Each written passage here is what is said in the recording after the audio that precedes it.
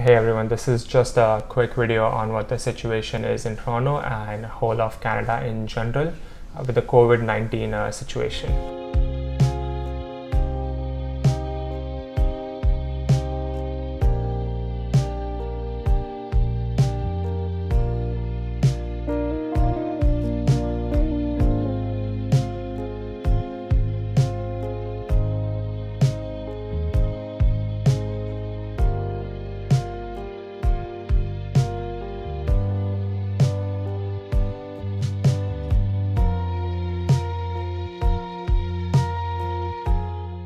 This is a quick highlight to some of the things that the government of Canada is doing and some of the things you as an individual can do to help flatten the curve with the COVID-19 situation. As of today, March 22nd, 2020, Canada has a total of 1,351 confirmed cases, and we also have about 18 people who have successfully recovered from the virus. Almost all city services have been temporarily closed down except for essential services like healthcare, police, fire and banks and grocery stores up to a certain extent.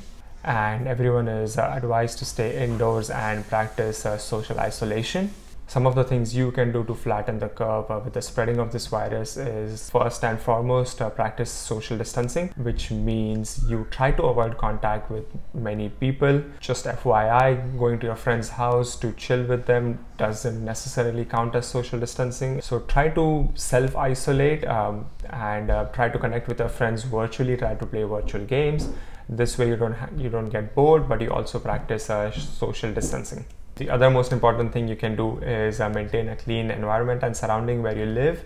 Make sure to sanitize everything that you touch daily and use daily, like your doorknobs, your desks, especially your mobile phone, which you use on a daily basis. And also remember to wash your hands regularly. That is like the best thing you could do to help flatten the curve and avoid spreading the virus. One of the other things you could also do is do not panic buy groceries or toiletries. Just buy as much as you think you would need. Here are some of the things that the government is doing to help tackle the COVID-19 outbreak. The government of Canada is taking immediate action to help Canadians that are facing hardships due to the COVID-19 outbreak. These measures will provide up to $27 billion in direct support to Canadian workers and businesses. Support from the government for the individuals include things like increasing the amount you get from your HST and GST, extending your tax deadline, mortgage payment deferral arrangements from the banks and the government, increase in the child care benefits, and improve to employment insurance access and cutting down of the requirements that you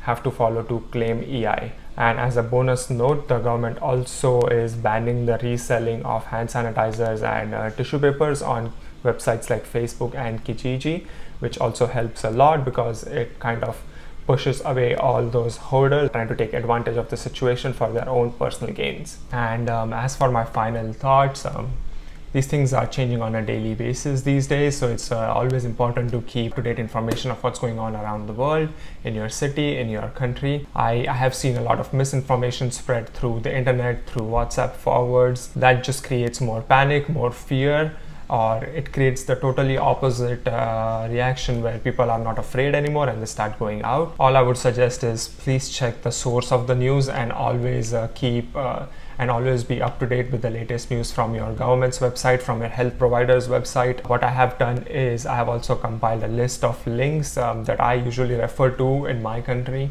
and also online that are factual sources of information, and all of the links will be in the description below. You can go there and follow those and see what's going on. That was it for the video. I will see you next time. Until then, be safe and be in self-isolation.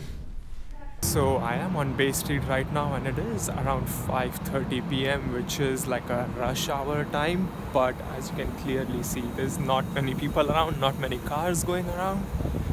Yeah, it's like empty. The city is actually empty and everyone's just home.